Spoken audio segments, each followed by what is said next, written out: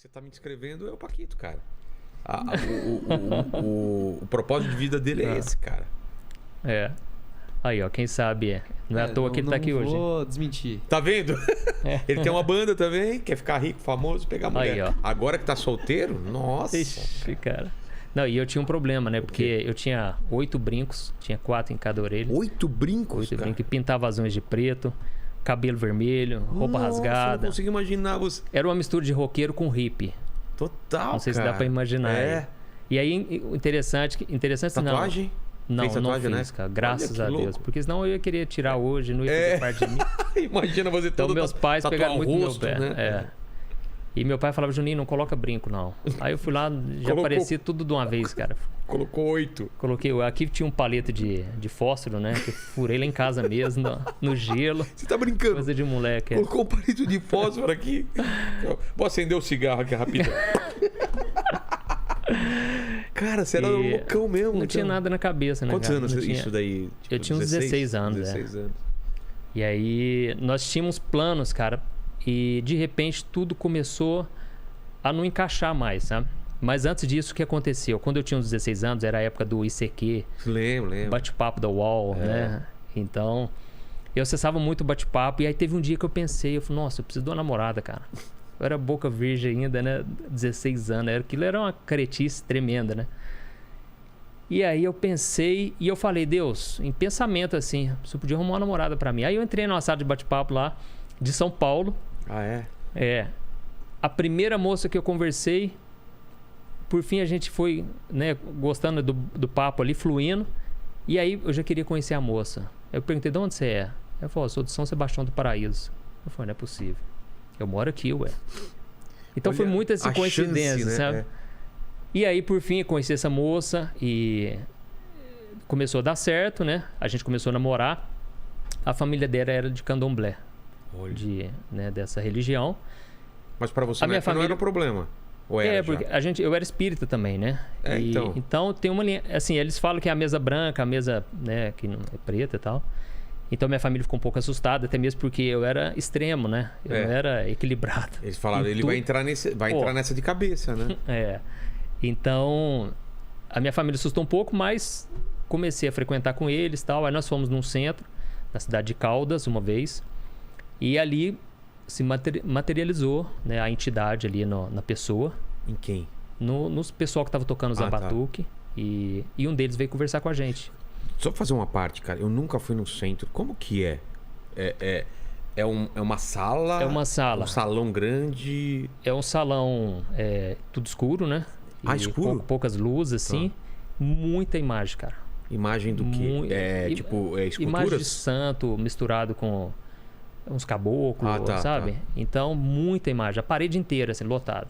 E tem uma mesa no meio? E um monte de mesa, né? Como se fosse... Não é mesa, é cadeira, tipo de missa.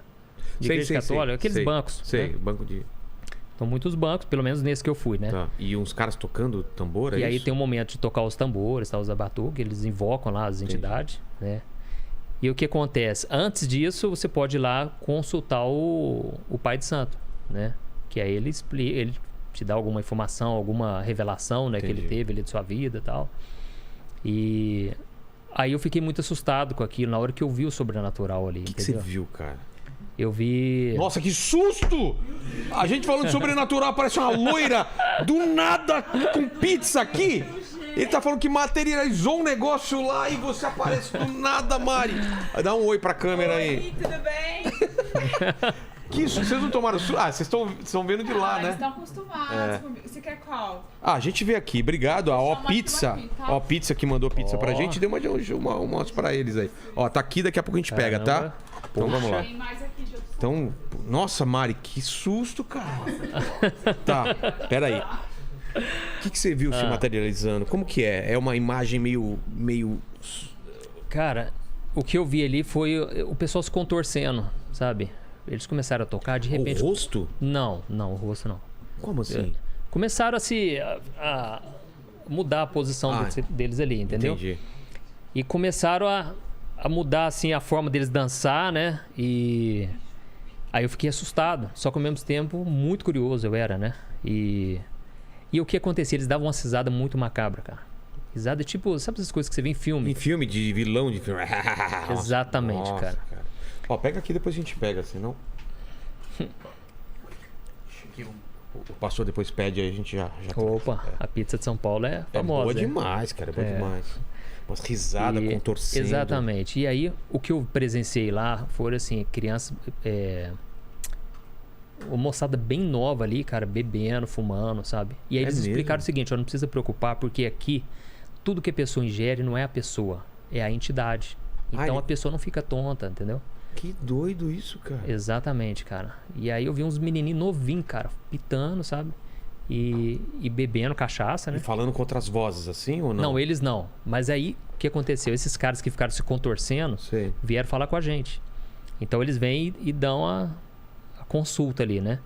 E veio conversar comigo e com essa moça. Ele não é mais uma pessoa, ele é uma Não, ele outra já tá coisa. incorporado ali. Tá. E aí... É o tal do cavalo, né? Que eles falam, né? Exatamente. E aí, cara, ele só falava coisa boa, sabe? E ele falou, rapaz, ó, tira esses brincos aí, cara. Seu pai não deve gostar. E ele falou, vocês formam um casal tão bonito.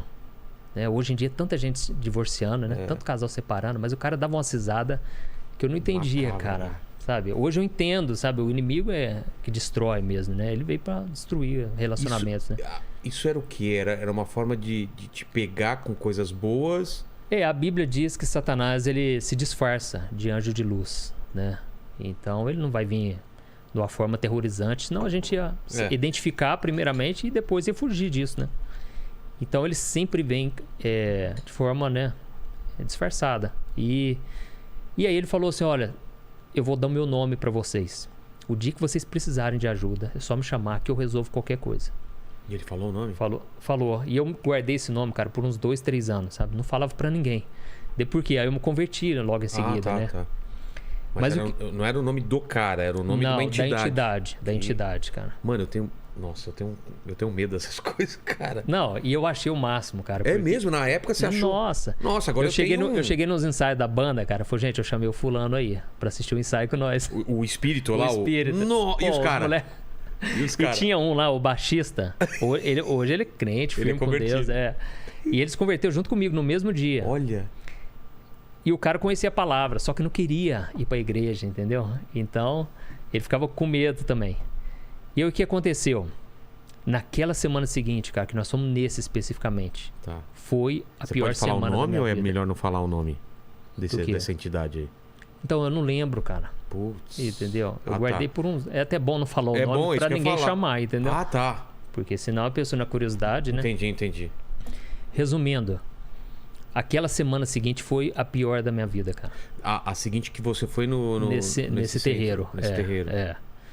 Por quê? O que aconteceu? Pensamento de morte o tempo todo. Mesmo? Invadindo? Eu achava que a qualquer momento, se eu andasse na rua, um caminhão ia me pegar, um carro. E eu cheguei a escrever uma carta despedindo da minha família, sabe? Nossa, e eu tinha uma frustração comigo, que era o seguinte: o meu pai sempre foi um empresário muito bem sucedido, muito empreendedor, sabe? E ele soube lidar muito comigo, e eu agradeço a Deus, cara. Inclusive hoje ele é o que mais acompanha meus vídeos. Vixe, assiste todos, né, que eu coloco. Só que ele queria que eu tocasse a carreira dele. Meu pai sempre foi fotógrafo, né, por mais de 45 anos. Manja muito de fotografia. E eu nunca consegui, cara, aprender a tirar foto. E nunca consegui filmar um casamento. Então aquilo pra mim era muito difícil, sabe?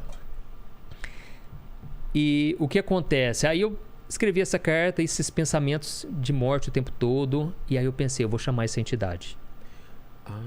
Cara. Entendeu? Eu vou chamar porque eu tô precisando de socorro, cara. Então ele mesmo mostra. Ele dá o problema pra você consultar ele, pra você ficar amarrado nele. É isso que eu vejo, às vezes as pessoas assim não entendem isso, né, cara? Você vai nos lugares, lê a sorte e tal, aí a pessoa te dá uma solução porque já vem com o problema junto. Exatamente, se você não fizer isso, vai acontecer aquela coisa, então você. E aí pra resolver isso entra na cabeça, não é? Lógico. E aí ele te dá com a mão e te puxa com a outra, né? E você chamou? Então, não, aí o que acontece? Eu fui pra casa e quando eu entrei no quarto, cara, pra chamar, eu senti alguma coisa. Tava decidido. Eu senti alguma coisa falando pra mim, não faz isso que não é de Deus. Como? Um pensamento? Eu acredito que foi um pensamento. Alguma coisa falou isso pra mim, cara. Mas hoje eu vejo que já era Deus, claro sabe? Que é Deus. Através do Espírito Santo me chamando. para não fazer isso. Eu não sabia. A mãe do meu pai, ela era católica, fervorosa e tinha muito problema de saúde. Um dia, uma irmã orou por ela, uma irmã da Igreja da Graça. E, cara, ela melhorou absurdamente, teve uma melhora muito grande e ela se converteu. E ela, então, ela ia lá no meu quarto, e lá no meu quarto era doidão que nem assim, né? Pelo menos o armário lá de casa. É. Cheio de coisa. Cheio de gnomo. Onde eu ia, tinha que comprar um gnomo, uma bruxa. É mesmo? Um mago. Eu gostava demais de esoterismo. Incenso queimando dentro do quarto, dentro do armário. Minha mãe ficava doida. Coisa de maconheiro também, né? Aquelas coisas já, incenso aqui pra tirar o cheiro. Apesar que sua mãe sabia que você fumava maconha ou não? Não sabia. Eles ficaram sabendo, assim, de tanto ver eu contar os testemunhos, claro, né? Aí descobriu, Pô, mas na época... Não dá pra esconder mais, né? É, não tem como. E Até é bom, né? Pra você mostrar eu já o que até você falei é. pra eles que eu faço questão de contar. Porque Tem eu que já contar. ouvi tantos testemunhos de mãe chegando pra mim dizendo que o filho... Ela acreditou agora que o filho pode ser salvo. Porque se Deus fez comigo, pode fazer com qualquer um, claro. entendeu? A gente tem tanto testemunho aí de casos tão absurdos. Claro, tudo é possível. Exatamente. E Então, você serve de estímulo. Você ouviu essa voz, não faz isso, não chama a entidade. Não chama. Eu acredito que é porque a minha avó já estava orando por mim, sabe? Eu não sabia disso, era muito recente ainda. Mas quando ela chegava de frente ao armário, ela falava, Juninho, eu posso orar pelas suas coisas? Eu falava, avó, pode orar aí, né? E ela orava. Você não acreditava, tanto Cara, faz, entrava né? no ouvido e saía no outro. E nem ela talvez imaginasse que Deus já estava agindo ali, sabe? Eu vou te explicar por quê.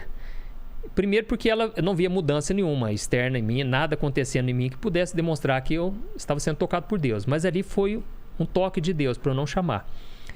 De repente essa moça me liga. Eu não lembro se foi no mesmo dia ou no dia seguinte. A minha ex-namorada. E ela me ligou chorando e falou, vem aqui que eu preciso conversar com você. E nós tínhamos planos, né, para casar, tudo. Sim. E apesar de ser minha primeira namorada, mas, né, quando eu cheguei lá, cara, ela falou assim, olha, não sei explicar, mas eu tô vendo a minha mãe, cara. E a mãe dela já tinha falecido. Já fazia uns 5 anos. E ela falou, eu tô vendo a minha mãe no quarto, no corredor. E ela falou assim, eu tô com uma dor de cabeça muito grande. Não sei o que é. E outra coisa, eu acho que não vai dar certo a gente continuar. E ali ela rompeu o namoro. Quando eu estava indo embora da casa dela, eu lembro direitinho, era uma rua escura.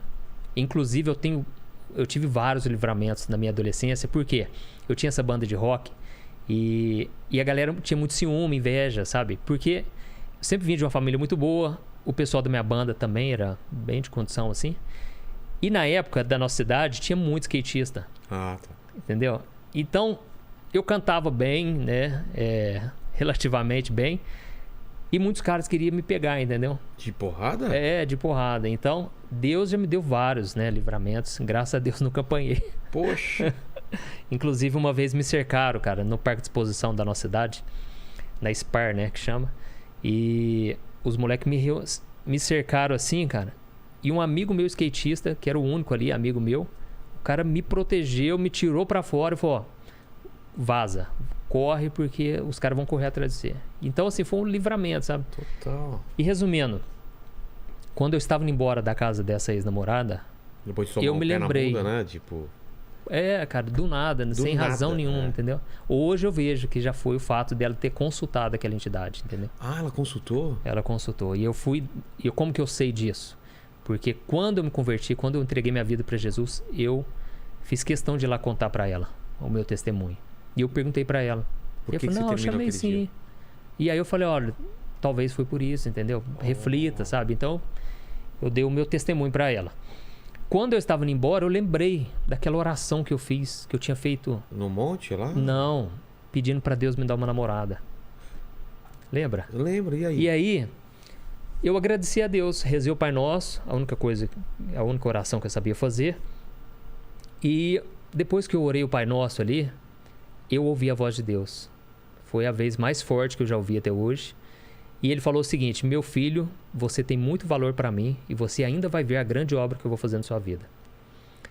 Foi uma voz tão forte, era como se alguém estivesse conversando no meu ouvido, cara. E naquele momento eu chorei indo embora de bicicleta. Eu senti uma paz que eu nunca tinha sentido uma paz daquela. E eu chorava tanto, e aquilo para mim foi um sinal de que não era algo normal, porque eu não tinha o costume de chorar, cara. Então, nos velórios da família, de parentes, não descia uma lágrima. Eu sempre fui muito fechado, sabe? Sempre fui, assim, nunca desejei mal pra ninguém, nunca fui um mau elemento. Andava, assim, com más amizades. Mas eu não chorava, cara. E ali eu chorei que nem uma criança, cara. E eu não sabia explicar, eu só sabia que o Deus que criou o céu e a terra tinha falado comigo. De uma Fui maneira embora pra... clara. Muito clara, muito clara. Foi uma experiência fortíssima. E o que aconteceu? No dia seguinte, cheguei na escola, contei pros meus amigos tudo, né? Cara, eu tive uma experiência ontem, Deus falou comigo. Pô, a molecada Zoando, começaram claro. a rir, Zoeira. tirar com a minha cara. Pô, você é o mais bagunceiro aqui da turma, cara. E outra, Deus não fala. Como é que Deus fala com alguém? Não é assim não, cara, que foi coisa da sua cabeça.